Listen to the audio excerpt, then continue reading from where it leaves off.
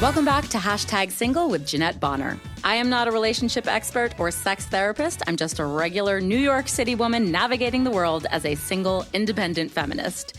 Hashtag Single is about having honest conversations with other singles in today's device-obsessed culture.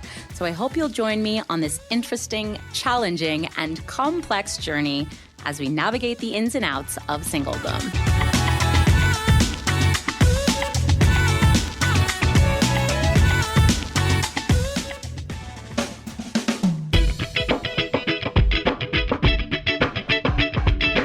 Guys, welcome back to Hashtag Single.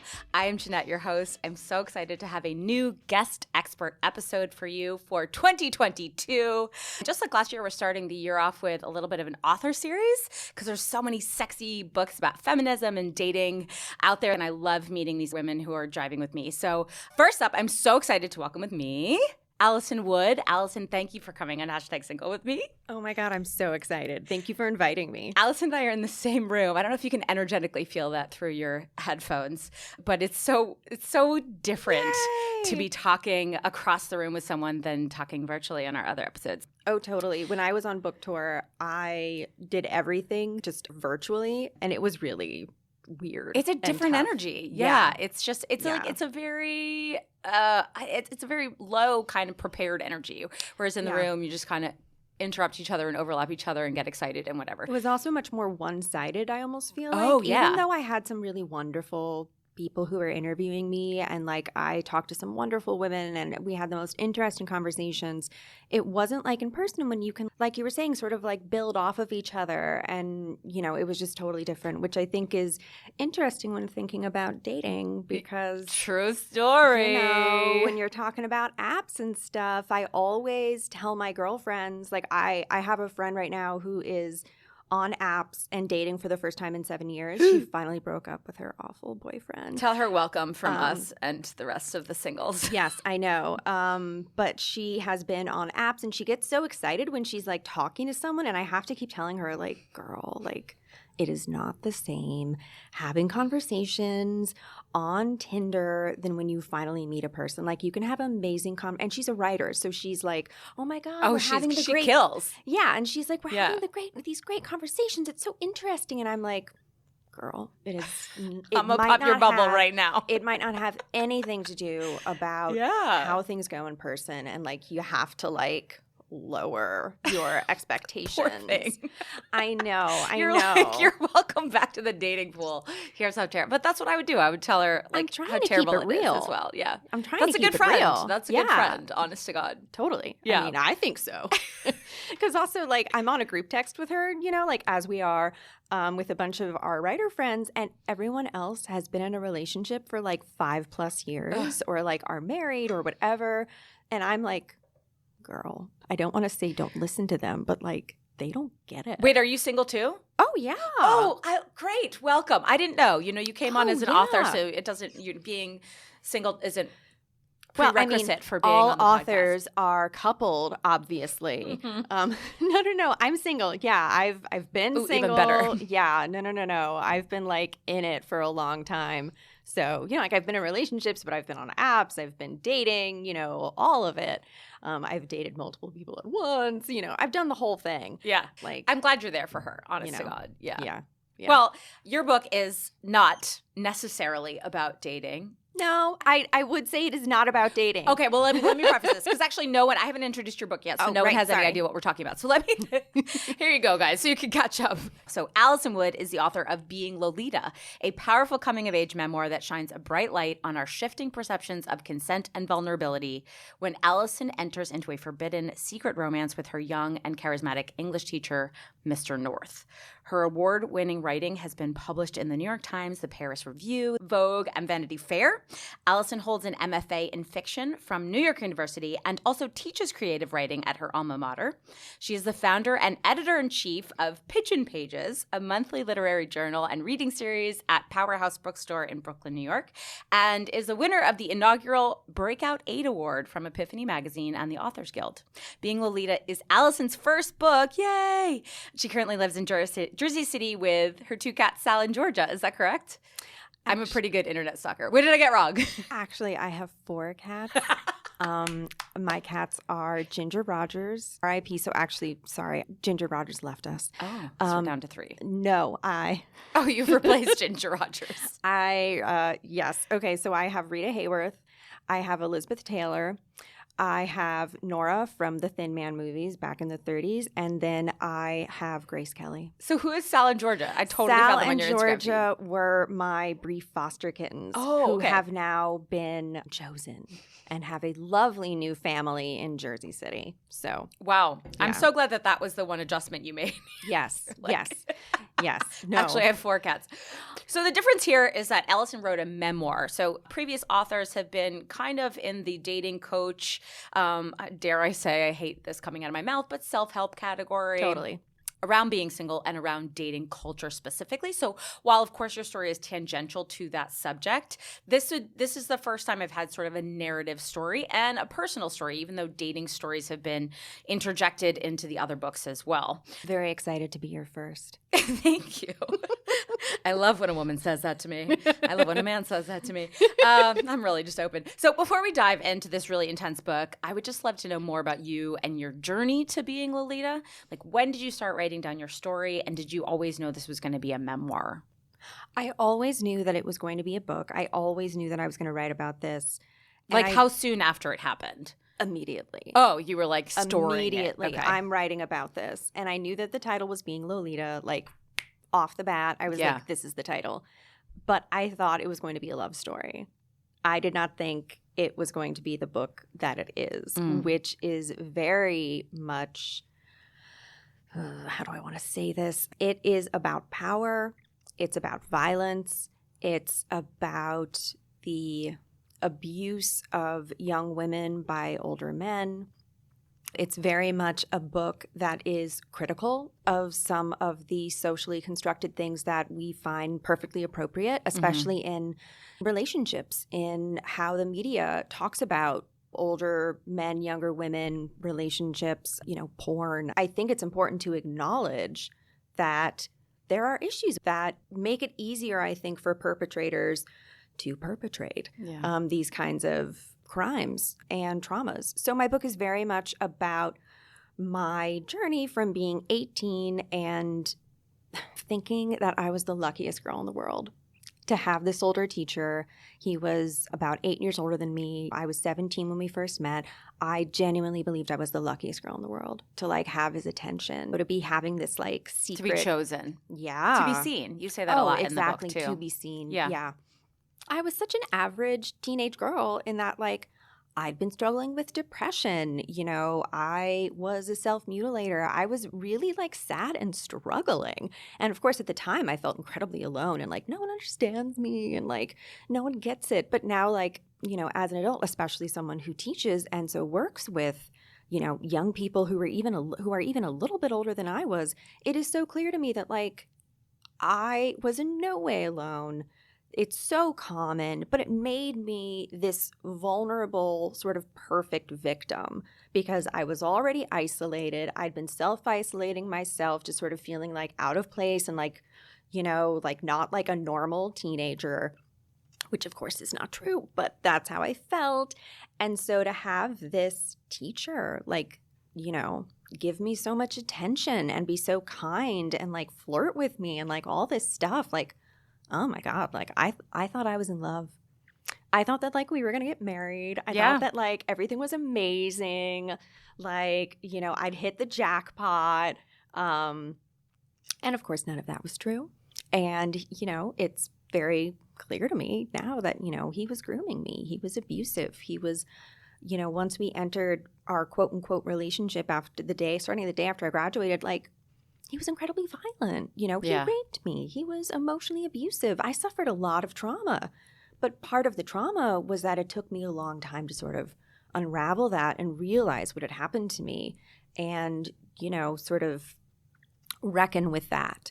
And then also reckon with the fact that I really feel like I was failed by, there should be safeguards for this. It was a public school.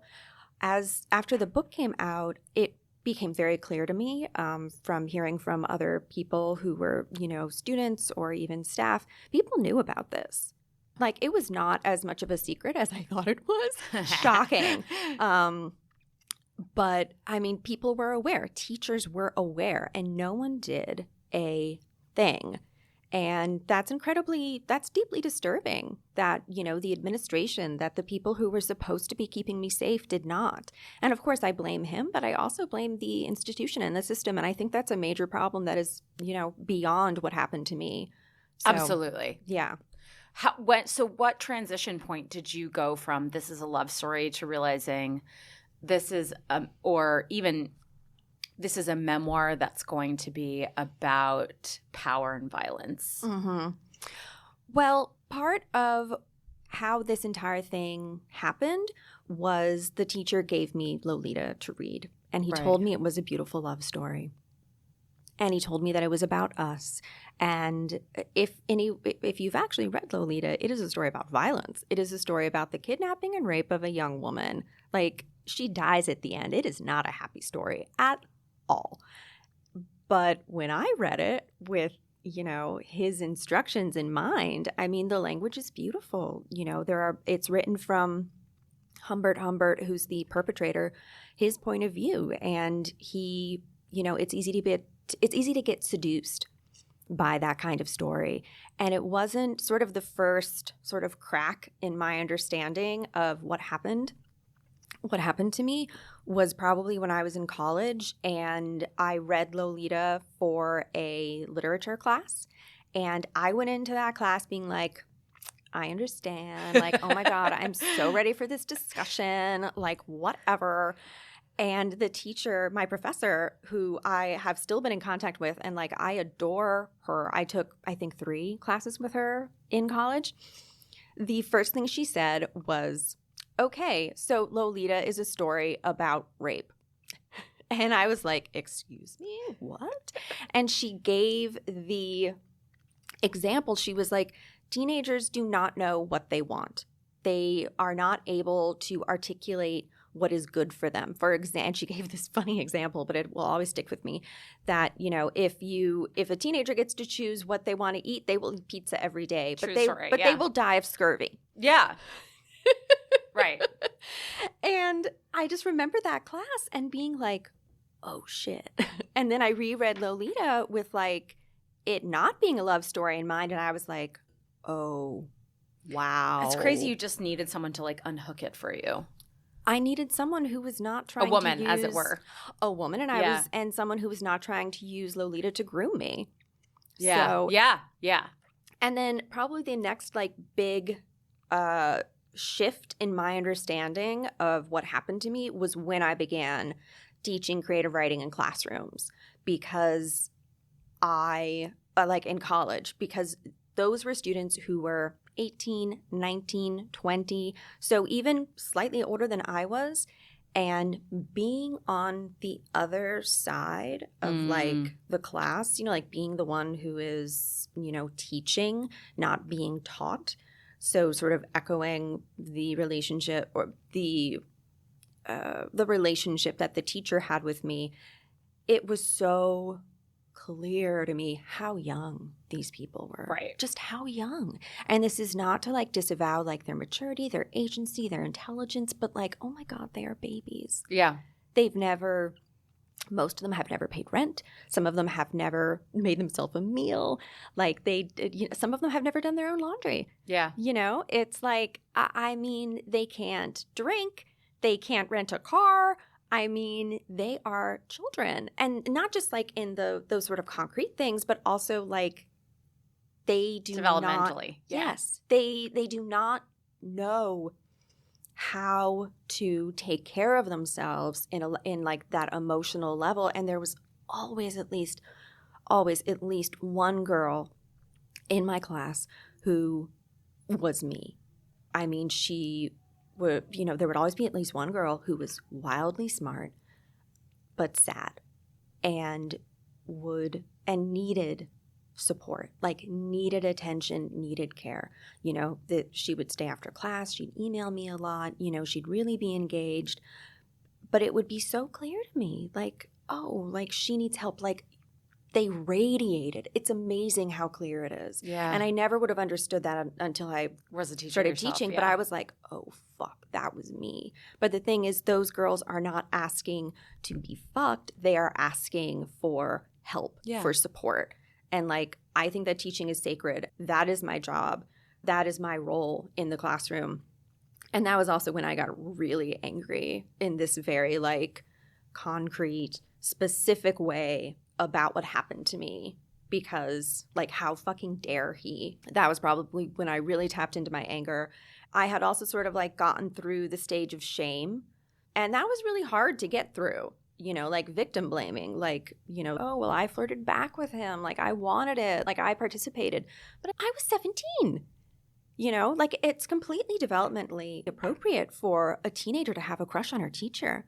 Like that's not the problem. Right. That happens to so many people because like that's part of growing up. Yeah. The problem is when you've got a teacher who's like, oh, hey, I'm going to try to fuck her. Like that's the problem. Of course it is. Of Not, course it is. Not me having, you know, thought he was cute and being like, oh, wow, this is great. Of course I thought it was great. What's been the toughest part about you sharing your story? Has it been you having to rehash all of these really uncomfortable emotions, or has it been like the feedback from other people having put your story out into the world? Honestly, I am very lucky in that like 95% of the feedback has been incredibly positive. Great. I'm wildly lucky in that respect. Were you scared? I mean, I was very literally, scared. you put your personal story out there. It could go any way, you know? Oh, I was terrified. I was like, okay, it could get bad. Let's talk worst case scenario. I also do a lot of like manuscript consultation, one-on-one, editing.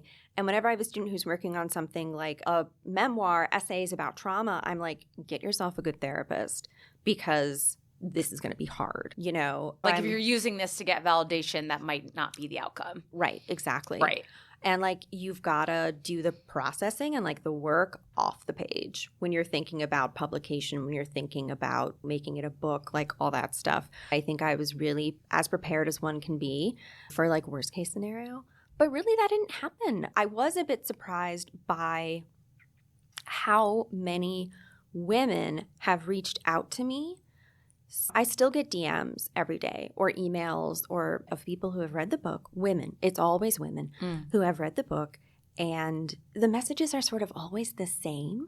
The first time I got one, this young woman, you know, like DM'd me and basically said, so thank you so much for writing this. I had a very, very similar situation. I feel understood. I feel like I'm not alone. And, you know, I feel validated about what really happened. I can't imagine. Yeah. Oh my God, I cried when I got that because that was exactly what I wished I had when I was 17. Right, just someone to reach out to. Just to feel understood, just to like not feel alone, you know, like, ugh. So I'm so grateful, and honestly, that's the best part of the book. Like that's the part of the book that I'm so proud of, you know, that I have helped others. And that doing this has impacted other women, other victims, other survivors. I think the worst thing is that I haven't heard from the teacher, but I have heard from his wife. Is that his real name in the book? No. Okay. No. Okay. I didn't know if you totally outed him. No. Okay. It was reviewed by multiple lawyers, all the stuff. I mean, like the book was published through Macmillan. They were like not fucking And what around. about your school? The name was changed and things name like was that? changed. Yeah. I mean, if you notice, like I was not specific about year or place. I changed his descriptions. Like I did as much as I could to, you know, protect the guilty. Yeah. You heard from his wife. I have heard from his wife. Interesting. Yes, she's been a bit harassing. I'm so curious. How did she know this was him? She knows about you, I guess. So he told her about you.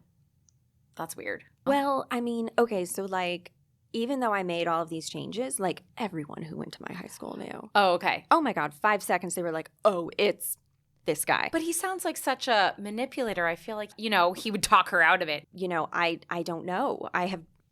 I don't know, don't want to know, don't care. I hear you. But I have heard from her a few times, and that has not been very pleasant. I'm sure. I've not engaged at all, but nonetheless, that sucked a bit. It's so interesting to me that like you heard from her and not from him. Well, I have a feeling that if, I bet, okay, I don't think he's a very smart guy because he thought that Lolita was a love story. So I don't think he's very smart.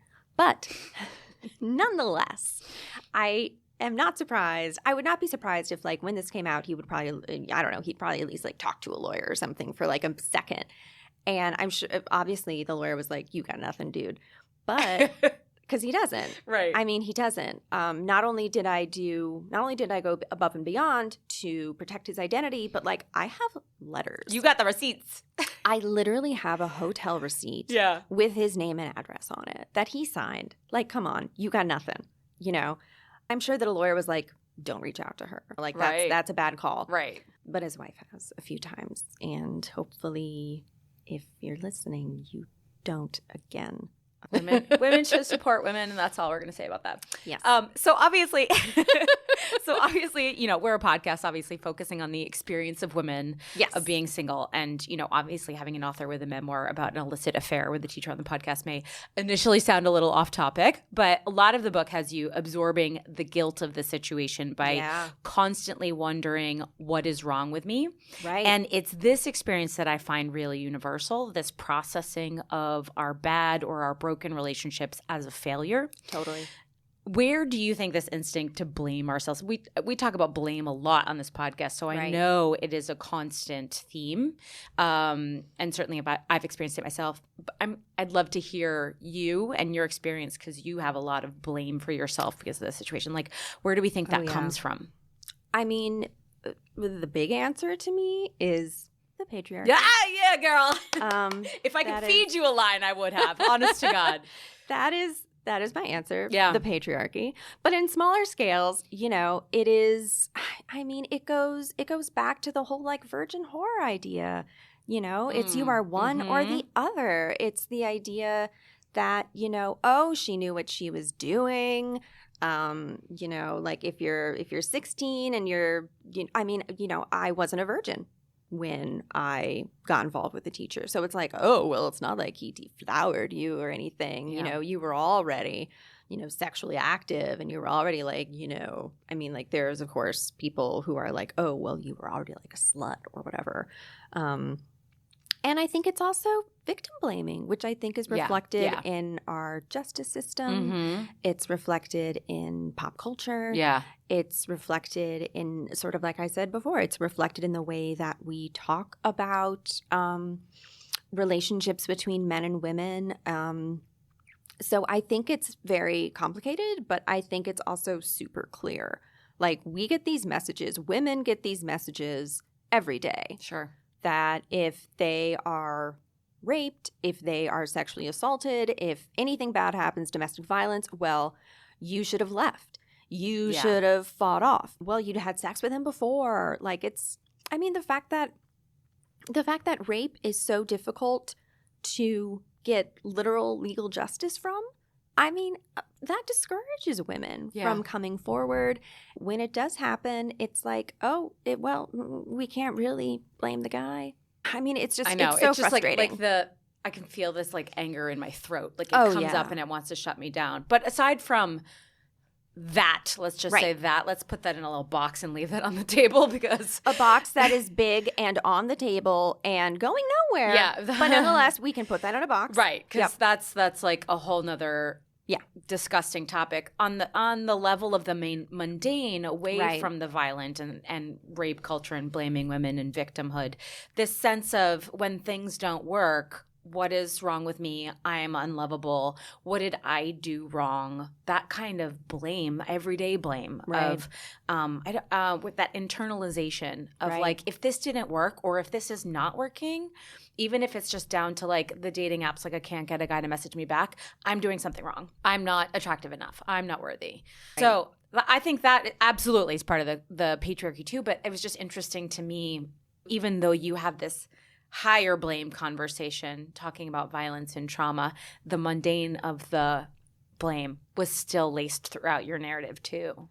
Yeah, I mean, this sort of higher level understanding and, genuine anger and sort of letting go of shame and blame, like, this is recent. Like, 5 years ago, that is not how I felt about myself or my situation.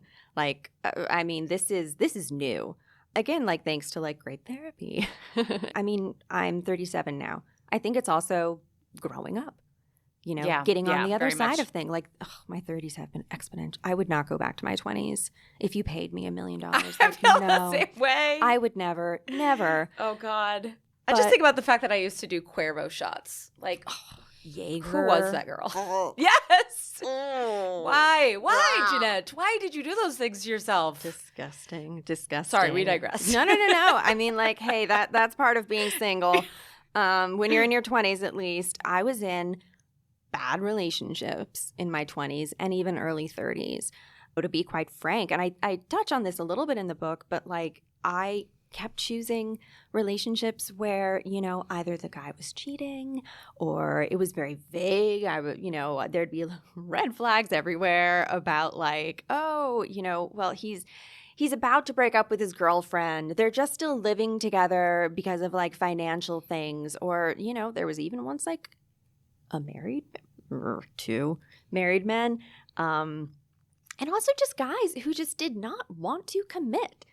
Did not want to introduce me to their friends, did not want to sort of like acknowledge that this was like a relationship. And I finally had a breakthrough about that maybe 5 years ago.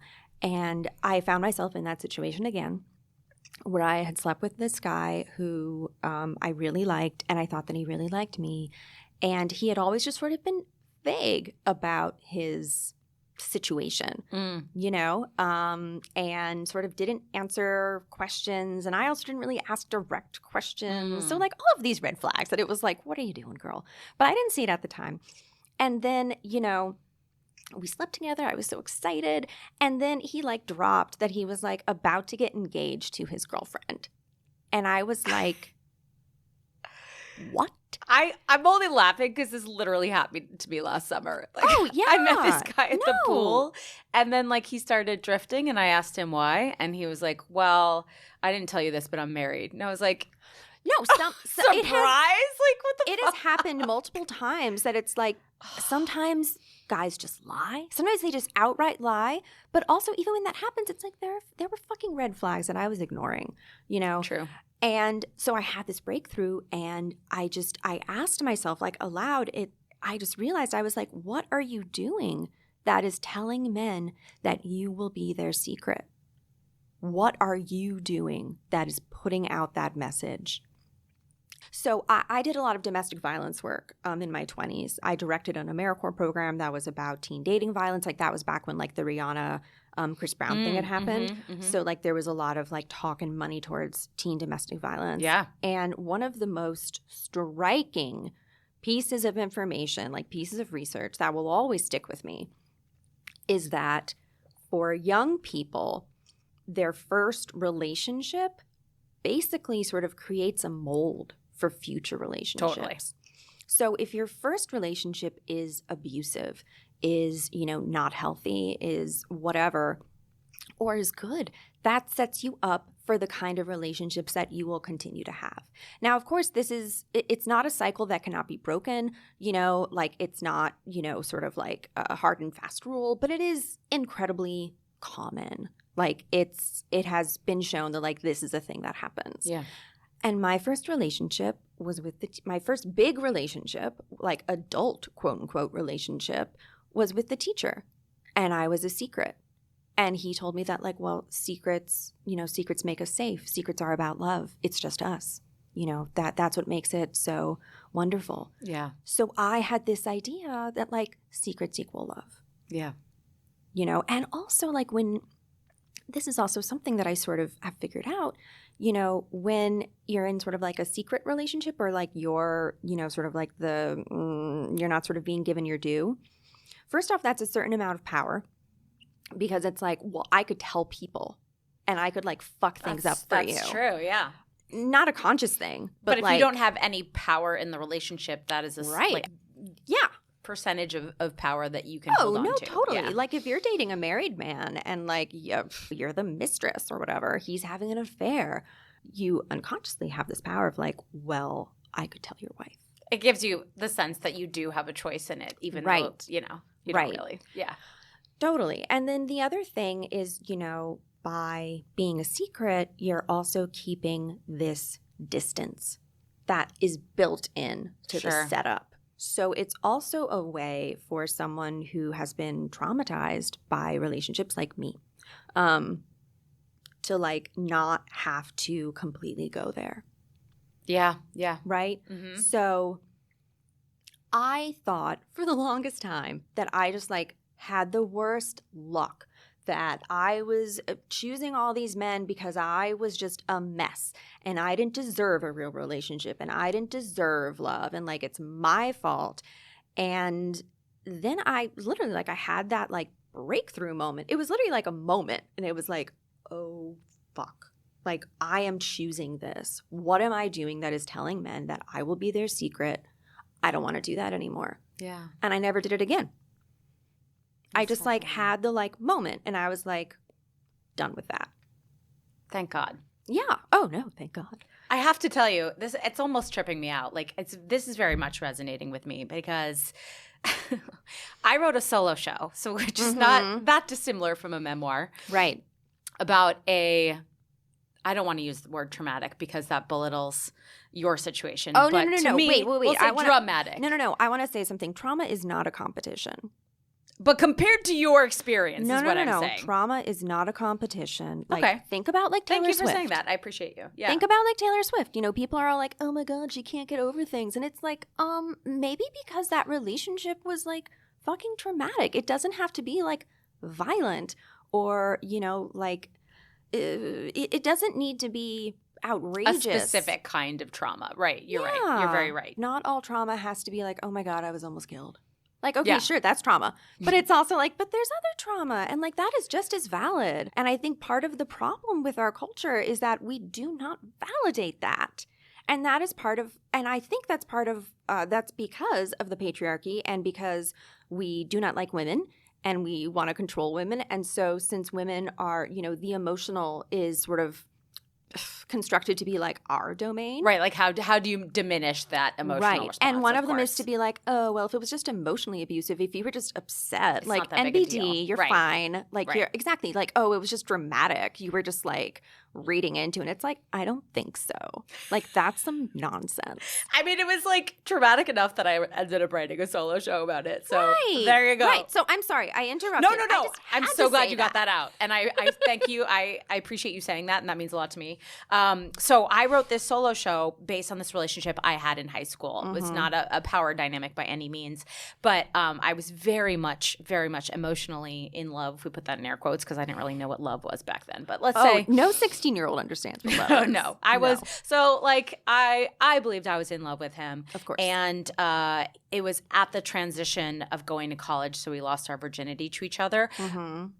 And this is the snag. We had a conversation where he was like, let's keep it open because we're both going to college. Like, why would we start something? And I'm like, totally. And that point solidified what the relationship was. For 3 years, he continued to sleep with me, but never call me his girlfriend. Constantly disappear if I was getting too close. Yeah. And the worst of it is that he wanted it to be just between us because no one would understand.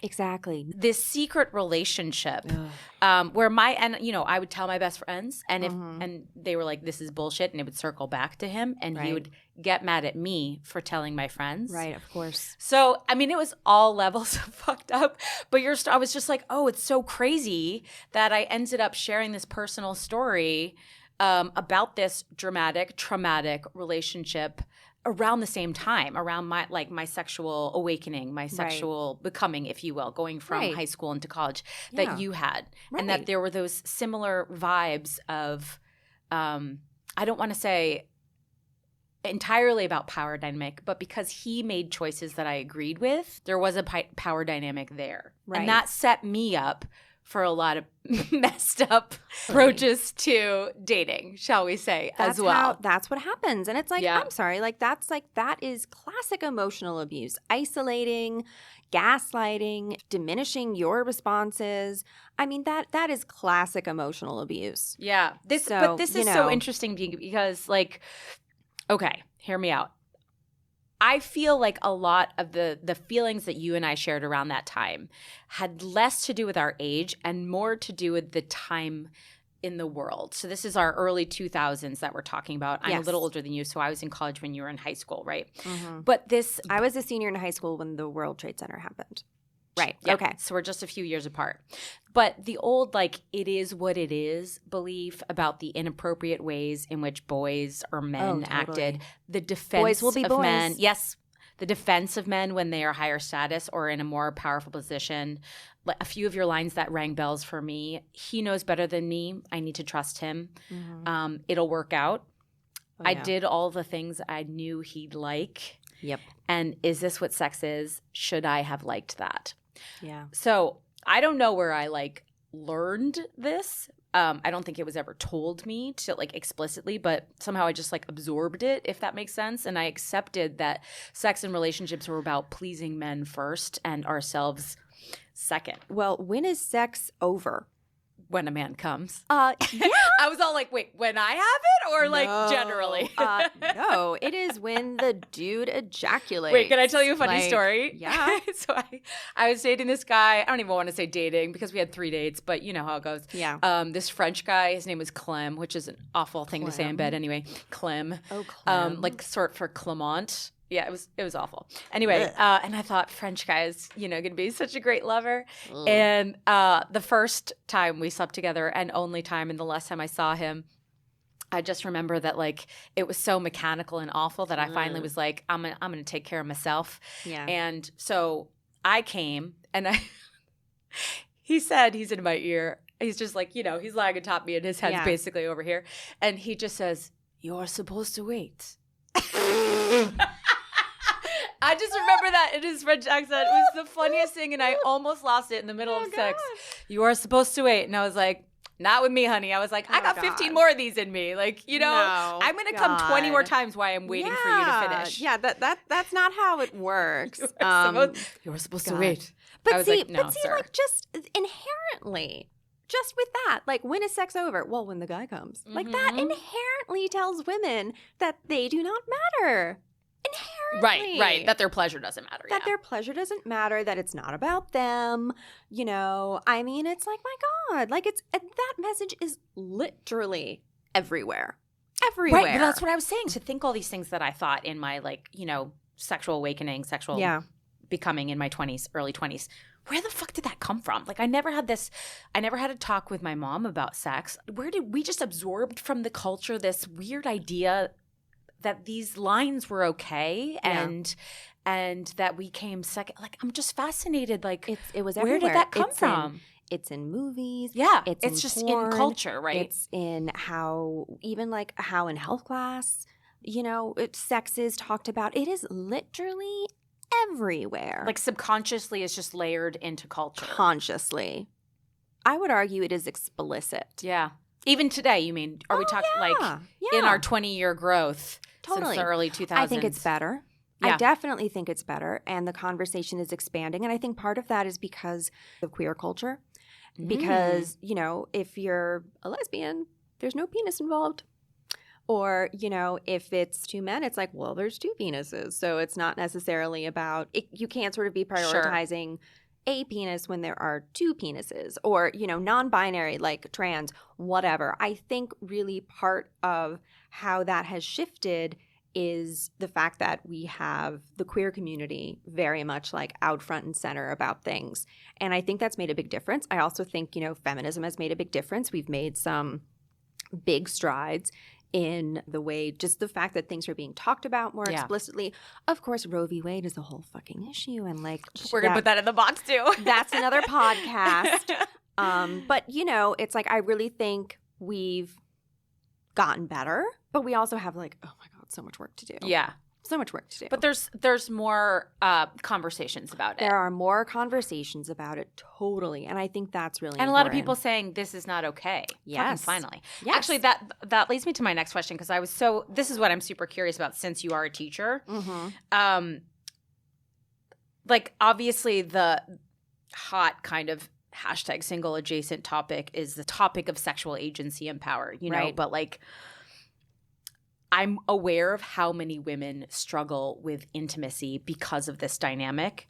But I'm curious about how your students differ from how you were / how teenage girls were in the Y2K era. So you have two things going on. Students have more personal agency, I think, more voice. Mm-hmm. And secondly, they're just like a little – they're more aware of the world in a better way. So that was a really messy question. But I'm basically trying to figure out what you see from your students. How is that different from when you were a high school student or when you and I were students in the early 2000s? Well, I think for one thing, you know, I think we can't talk about that without talking about the expectations put on young women. I think young women in our era were way more sexualized. Thinking about just Britney Spears-ish. I mean, you know, it was the wildly low-cut pants, if you recall. I do. You know, having like whale tail, like, you know, your thong is sticking out half the time. You know, the early 2000s, when you talk about sort of like expectations of the body and how that sort of shifted for women over the years, the 90s were all about like being a waif. Kate Moss is a great example. 2000s were about Britney Spears, Paris Hilton, Christina Aguilera, where it's like you are showing a lot of skin. Yeah. That is when the Wonder Bra appeared. That is, you know, self-tanning and like, you know, you need to have abs, but you also need to have boobs and, you know, the short skirts. It was just different. You were wearing a lot of makeup, like, oh my God, like thinking about like what I was wearing, like, you know, it was a different expectation of appearance and how girls were expected to present themselves. That's so true. So I think that's part of it because that allowed for more opportunity for victim blaming. Which is the classic thing. Well, it's like, oh, well, you know, look at what she's wearing. And like, not just that, but like creating a mold that women should fit inside. Exactly. Of what they should look like and act like. Yeah. Exactly. And also, again, like what they should act like. They should be like, oh, like flirtatious little like things. Yeah. You know, like that was part of the expectation when we were, you know, in high school and college, I would argue strongly. And I think that is part of the conversation. There is not those kinds of expectations on young women right now. I see this in my classroom. I see this in high school students. You know, no one's wearing sweatpants that say juicy on the butt. For instance, no one is showing off the skin below the belly button. You know, you don't see belly buttons all over the high school classroom or like, you know, in the hallways. Yeah. You know, girls aren't wearing Wonder Bras. Like, I mean, do you know what I mean? There's so much about the body culture. Positivity is just like. It's so much more inclusive. Yes. It's not about skin anymore. And I do think that contributed to victim blaming, to young women not feeling like they had any power because by being so sexualized, that was inherently undermining their credibility. Right. Or even just saying this is how we value you. Right. Totally. By your sexuality, by your appearance. Yeah. That has drastically changed. Yeah. I can see that. Yeah. You know, you can see that in TikTok, like what, you know, and which is so high school girls everywhere. But I have to say I love TikTok.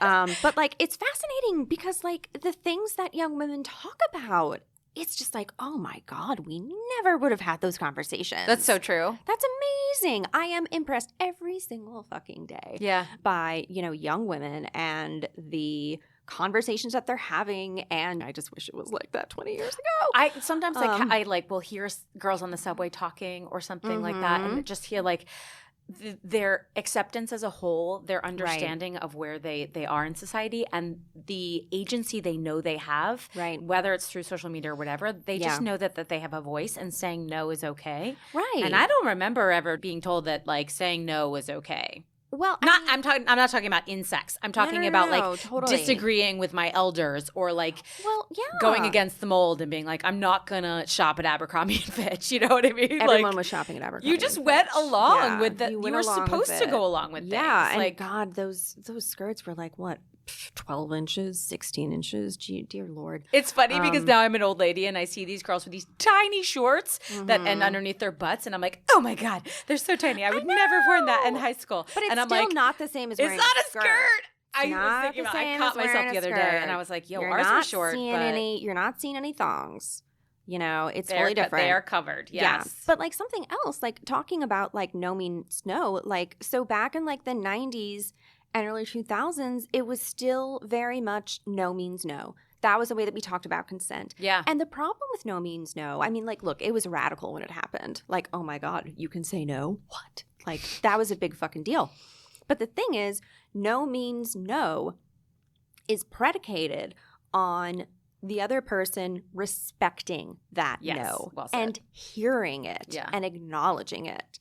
So it is a very flawed way to talk about consent because it is truly implicitly giving power to the other person. It's like, well, you have to listen to me.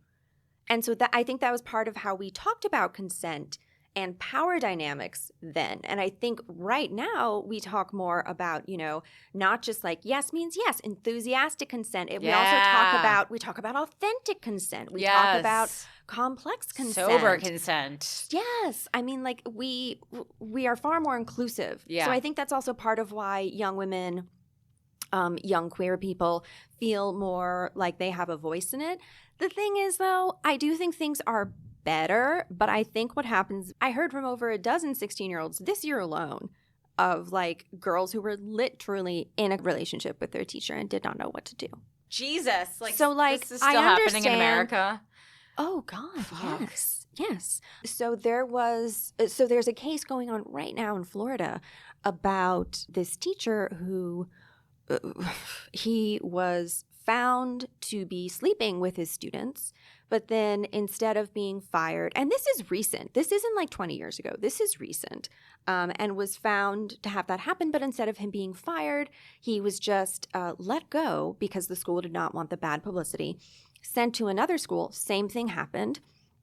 And now there is not only a criminal case going on, but a civil case because the administrations knew and could have prevented this. Yeah. But the thing is, the fucking case has gone on for years. It has been delayed and delayed and delayed by the defense. Like, the lack of justice happening is wild and so deeply disturbing. Yeah. So, like, to me, that's just it's like, okay, we can like pat ourselves on the back and like, well, things are better, but it's like things are not the way that they should be. But that's the thing, like there's bad people out there.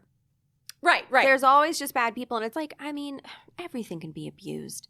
For better, for worse. You know, it's not like before where your teacher could just like take advantage of the power system and it was, you know, your word against them. Like that teacher called me a terrible name and you're like, your parents probably would have said, well, you probably deserved it. You know what I mean? Like now we investigate that a little further. Yeah. But I do feel that, and probably because of social media and the access to everyone having a voice, that Gen Z has a little more agency. Totally. Than we did. Completely agree. Yeah. And, you know, thinking about like, you know, teachers feeling like they're being watched. Well, it's like, okay, well, you know, I know that like one of the things that teachers should do, that makes total sense. Don't be alone with a student. Don't right. You know, keep your classroom door open. Like those are just fucking common sense things that should be the case. Right. Do you know what I mean? And yeah, if things like that are happening, well, then it's like, you know, a student can't make an accusation because it's like, well, they were never alone. There's all these things that I think not only protect the students, but also do protect teachers. Yeah. You know, but, you know, it's like everything. Like, I mean, there are assholes out there. There are people who manipulate the system. There are bad people. Not just bad teachers, but bad kids. True. You know, it's complicated. I have one final tough question for you. Yeah. Do you want it to be a book question or a more universal question? What question do you think is harder? The the universal question. Okay, ask me that. So on a more universal note, I would love to hear your opinion about this. And I do always love having a final tough question. Do it. To a lot of my guest experts. So what is the age that young women first discover that masculinity can be toxic?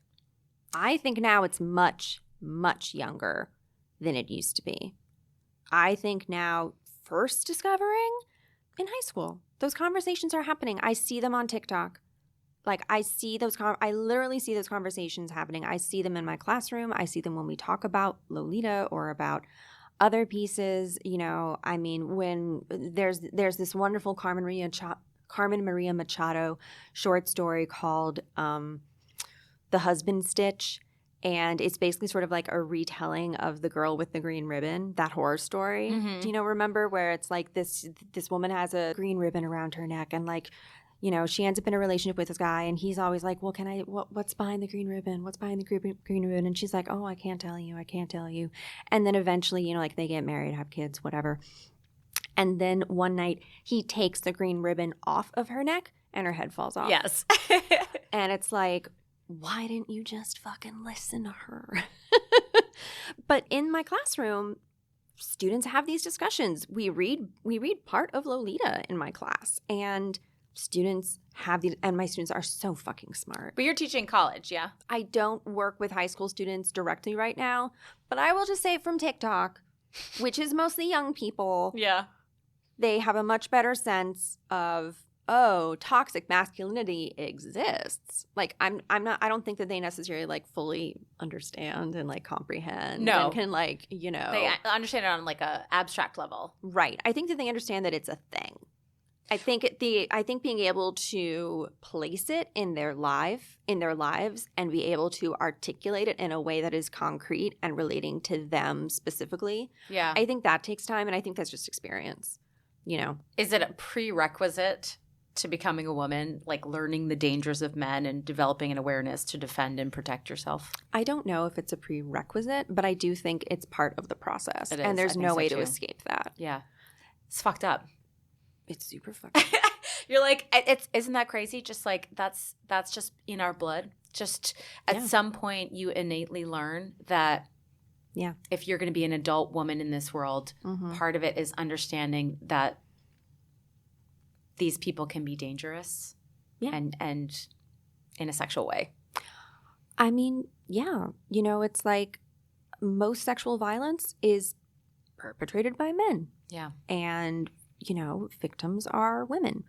And, you know, that statistic recently came out that the number one killer of pregnant women is homicide by a partner. Yeah. Like, I'm sorry. How fucking disturbing is that? The number one killer of pregnant women is their partner. Yeah. Is the father of the child. It's awful. Like, what? What? I mean, you know, it's, and of course, you know, it's like women of color, queer people, their rate of victimization is even higher. But, you know, when it comes to the numbers, like the straight numbers, it's women as a whole who are the victims and the survivors. And it is men who are the perpetrators. And it is fucked up. And again, there's no justice, you know. And orders of protection are nonsense. Yeah. Like they're useless. They are literally useless. They are not they don't accomplish anything. Right. They're not there to protect women, right? No. There's so many examples that happen constantly, and only some of them get into the paper of, you know, women who have gone to the police multiple times about an abusive partner. You know, there have been you know, it's not like she has not gone for help. And then she ends up getting killed. Sometimes her kids too. And it's like, why are we fine with this? Yeah. And then we watch it on Dateline while we have some wine. We watch it on Dateline. You want to talk about like absorbing the crime of our culture. Yeah. In a cyclical mess of it. We enjoy it as entertainment.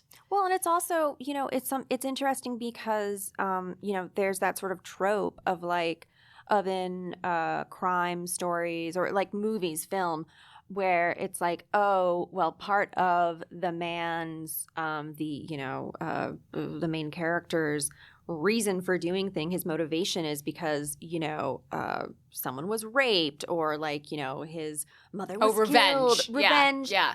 For a woman, or like that's so often like part of a female character's, a woman character's backstory is like, oh, well, she was raped. She was, victimized, whatever. That's like part of her story. Yeah. And that's part of what motivates the dude to like do something. And it's just like, it's such fucking nonsense. Because even then, like, oh, women have to be saved. Yeah. Oh, I'm so glad you said that sentence. And that's something I want to end on because you don't and you weren't. You know what I mean? Like, you fucking saved yourself. Like, I think if anyone needs to break that narrative, it's happening now with the Me Too movement. You're not like waiting for someone to come out and point fingers. We're fucking pointing fingers ourselves. So congratulations to you for having the braveness of writing this story. Thanks. And for coming through it on the other end in a healthy way, in a way that can hopefully reach out to other women who are experiencing it at the same time, which sounds like there are unfortunately many. Yeah. Many. I mean, I really do think that's like the most important part of what happened to me, and I think the most important part of the book in some ways, in that I really tried to make it clear, like, you can get on the other side. This does not have to define you. What happened to you, what a man did to you, does not need to define you. It's not the story. It's a part of your story. It's a part of my story. And like the other, okay, so this is like the last thing I want to say, and that I think is really important. So like talking about how like for the longest time I blamed myself for like all the bad relationships, like all the bad choices I was making, like all the drama, all the pain. I realized not that long ago, just a couple of years ago, that I was queer. And I didn't see that for the longest time, because I thought that the reason I was constantly unhappy, that I didn't like sex with men, that I wasn't being fulfilled, that these relationships were awful, was because I was broken. Yeah. That's what I thought. I was broken. Oh my God. I was broken. That's why. That's why I didn't like a penis. That's why, that's why I would constantly be like anxious and unhappy in relationships and like, ugh. And it was because I thought I was broken. And it wasn't until after I had that like big realization of like, oh my God, like it's not, I'm fucking going in the wrong direction. Well, and that was sort of like the other side of that like big realization of like, whoa, I'm making these choices. Like it is because, and it's like, again, because like when we were in high school, when I was in high school, so sort of similar to you, I don't know if you recall, the only out like celebrity was Ellen. And she had, then lost her show, and like she wasn't doing the Ellen show yet. She had been like blacklisted. Yeah. There was one gay out kid in my high school who was a guy. One. There were no lesbians anywhere. I was very lucky in that I grew up in a really progressive family. So like we had like Auntie Dick, who was like this very flamboyantly gay close friend of the family. Amazing. Like, there was like Barb and Ellen, who were, two moms who were married. I was lucky in that respect, but still in more of like a cultural way. No, and, like around my friends. It wasn't shown to us as like an acceptable path forward. Oh no. And you could be a rebel and be gay. Well, but then also like if you were a lesbian, we're like, oh well, you're just doing it for a guy. Like, it's just like to like or because it was like trendy back then. Yeah, but like it wasn't like genuine or like authentic or anything, and I didn't think that was an option for me, which looking back is like I just wish I'd been born later.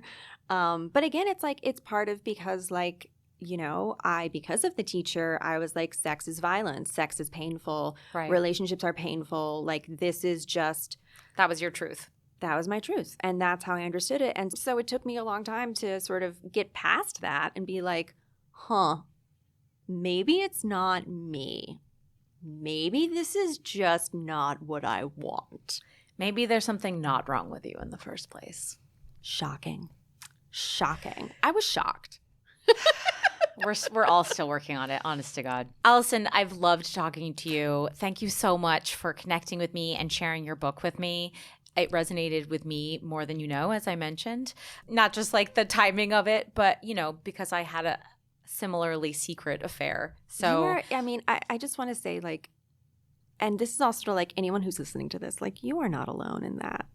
It's so common. And part of, I think, what the trauma of that is and what like the difficulty of that is that you are made to feel alone. And you are also made to feel like, oh, you're guilty. The blaming is part of it. And like, that is just not true. That's not true. And even if that's the messages that you're getting, and even if that's like what everyone, like what you think, feel your feelings. All feelings are valid, but feelings are not facts. Indeed. Thank you for that. I appreciate that very much. If you guys want to read Alisson's book, which I highly recommend, it is out, and I found it very easily. I know it's on Amazon, Barnes & Noble for sure. So do a simple Google search and you'll find it. It's called Being Lolita. It's in paperback now too. So you can save $10. You can bring it on the train. Oh, yeah. Scandalize everyone. We'll be sure to tag Alisson on Instagram if you want to connect with her, whether privately or publicly. Totally. She's very open to hearing your stories, and I would love for you to get to know this wonderful human being. Thank you again for being here. Thank you guys for listening. If you feel there's anyone in your life that could benefit from this conversation, feel free to pass this episode along. And as always, come join us over on Instagram at #SinglePod. Give us a like and a follow on the Apple Podcast if that's your platform of choice. And other than that, we will have a brand new 101 episode with a hot, sexy, single feminist guest in just 2 weeks. So cannot wait for that one. Hey. Thanks for listening, you guys. We'll catch you next time.